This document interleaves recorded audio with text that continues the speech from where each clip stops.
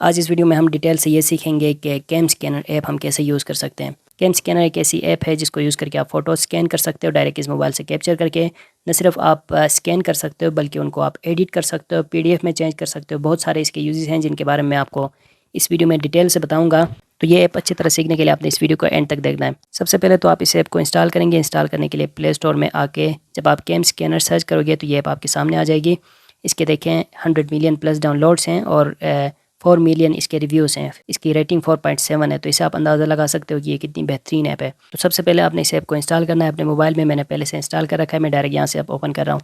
Open करने के बाद ये पेज आपके सामने आ जाएगा। अब इस ऐप में जो जो फीचर्स हैं उन सारों के बारे में मैं आपको डिटेल से बताऊँगा एक एक करके। तो आप एक ही बार में अगर इसके सारे टूल्स को, सारे ऑप्शंस को अच्छी तरह समझोगे तो ये ऐप हमेशा आपके काम आएगी।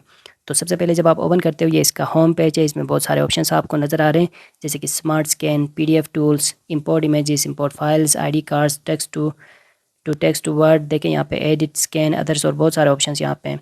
मी का ऑप्शन है जिस पे आप अपना अकाउंट लॉगिन कर सकते हो। अकाउंट लॉगिन करना ज़रूरी नहीं है, अगर आप करना चाहें तो कर सकते हो।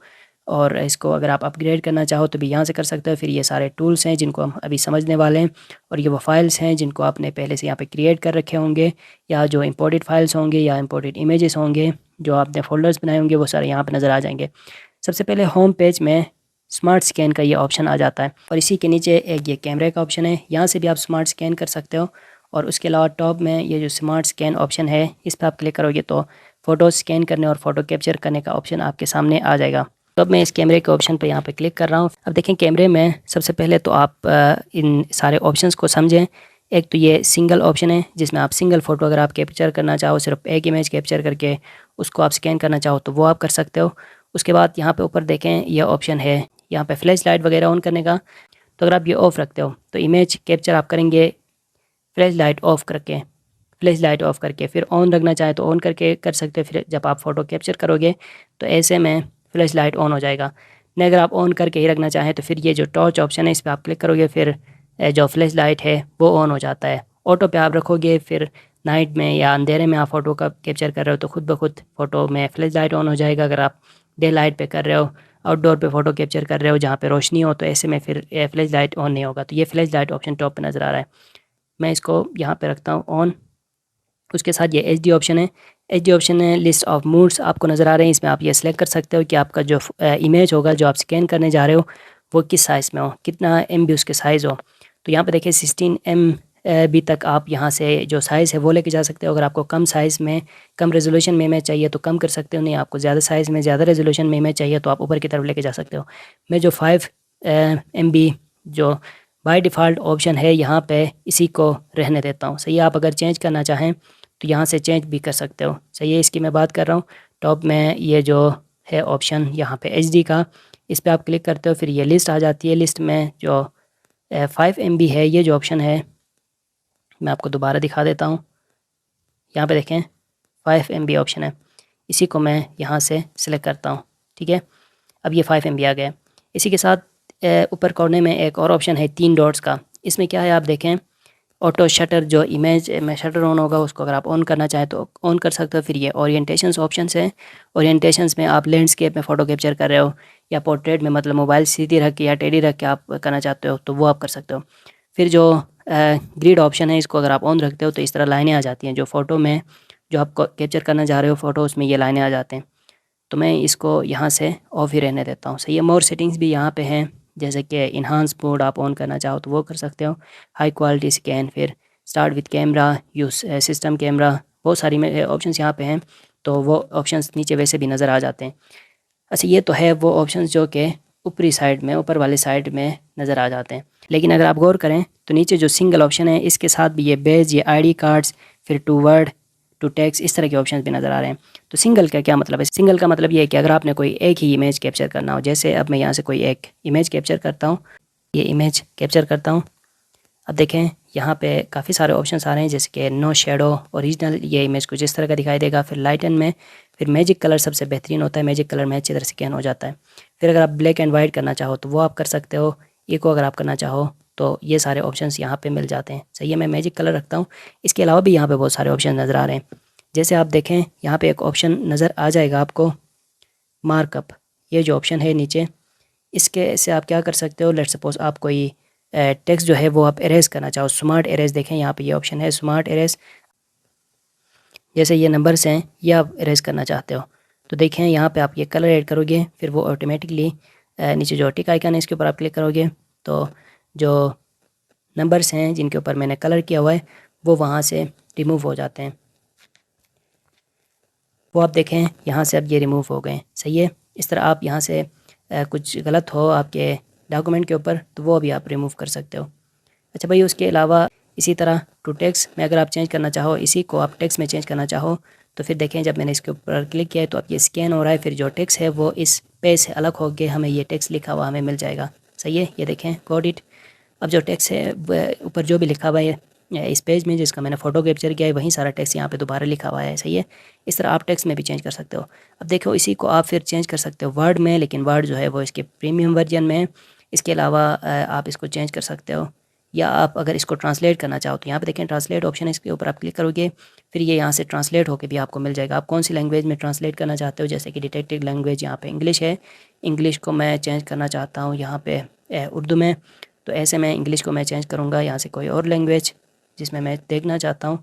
तो यहाँ पे देखते हैं कौन कौन से लैंग्वेजेस हैं, यहाँ पे देखिए उर्दू भी है। तो ट्रांसलेट इन उर्दू में जब हम क्लिक करेंगे तो जो टेक्स्ट हमें ऊपर इंग्लिश में नज़र आ रही है वहीं सारी टेक्स्ट हमें उर्दू में यहाँ पे चेंज होके मिल गई है, सही है। इस तरह आप कोई भी डॉक्यूमेंट का फ़ोटो कैप्चर करके उसको टेक्स्ट में चेंज करके उसमें फिर ट्रांसलेट भी आप कर सकते हो, सही है। ये सारे ऑप्शंस यहाँ पे मिल जाते हैं। तो ये वो है कि आप सिंगल इमेज कर सकते हो। अच्छा, इसको आप सेव कैसे करोगे? सिंपल, जब ये इमेज यहाँ पर आ जाएगा तो इसको फिर आप एक तो वर्ड में चेंज कर सकते हो जैसे पहले मैंने आपको बताया, फिर मार्कअप कर सकते हो, इसको एडिट कर सकते हो, इसको एज ए पीडीएफ एडिट करना चाहो तो यहाँ से एडिट भी कर सकते हो। फिर सेव करने के लिए सिंपल ये तीन डॉट्स हैं बॉटम में, इस पर आप क्लिक करोगे, सेव टू गैलरी करोगे तो ये इमेज आपकी गैलरी में यहाँ से सेव हो जाता है। यहीं पे देखें ये तो वो है जब आप कोई सिंगल इमेज एडिट कर रहे होते हो। उसके बाद एक और ऑप्शन यहाँ पे मिल जाता है ये बैच। बैच में क्या होगा कि आप ज़्यादा इमेजेस अगर आप कैप्चर करना चाहो, एक नहीं दो नहीं बल्कि आप ज़्यादा इमेजेस कैप्चर करना चाहो तो ऐसे में एक ये इमेज मैंने यहाँ से कैप्चर किया, ठीक है, एक इमेज खुद ब खुद सेव हो गया। फिर कंटिन्यू करेंगे और फिर उसके साथ दूसरा इमेज के लिए आप पेज चेंज करके दूसरे इमेज को इस तरह कैप्चर करते जाओगे, सही है। इस तरह बैच का मतलब ये होता है कि आप ज़्यादा इमेजेस को एक साथ एडिट कर रहे हो। अब यहाँ पे देखें एक ये इमेज हुआ और उसके अलावा एक दूसरा ये इमेज हुआ। फिर फ़िल्टर्स में यहाँ से आप फ़िल्टर्स अप्लाई कर सकते हो जिस फ़िल्टर के बारे में मैंने आपको पहले बताया। फिर ये क्रॉप ऑप्शन है, इसको आप क्रॉप कर सकते हो अगर सही से कोई इमेज क्रॉप ना हुआ हो और उसके बदले में रीटेक करना चाहो तो दोबारा इमेज भी यहाँ से कैप्चर कर सकते हो, सही है। फिर टिक करोगे, ये इमेजेस आपके यहाँ पे सेव हो जाएंगे। फिर इनको आप अपने गैलरी में भी मूव कर सकते हो। यहाँ पे देखें बैच के साथ फिर आईडी कार्ड्स का है, अगर आप आईडी कार्ड कोई फ़ोटो आईडी कार्ड का जो है वो स्कैन करना चाहें तो फ्रंट साइड और बैक साइड, ये देखें फ्रंट साइड और इसी तरह बैक साइड वो भी आ सकते हैं। अगर आप गैलरी से इमेजेस लेके आना चाहो तो यहाँ पे देखें इंपोर्ट इमेज गैलरी से। फिर इसके अलावा इंपोर्ट फाइल्स, अगर कोई डॉक्यूमेंट फाइल हो, कोई पीडीएफ फाइल हो जिसको आप एडिट करना चाहें तो वो भी आप यहाँ से इंपोर्ट कर सकते हो।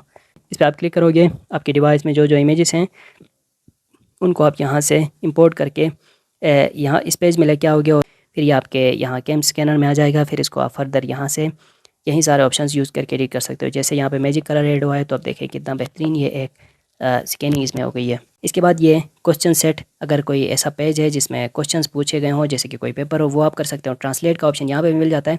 ट्रांसलेट पे आप देखें यहाँ पे मैंने इस पेज के ऊपर रखा है, ट्रांसलेट के ऊपर रखा है।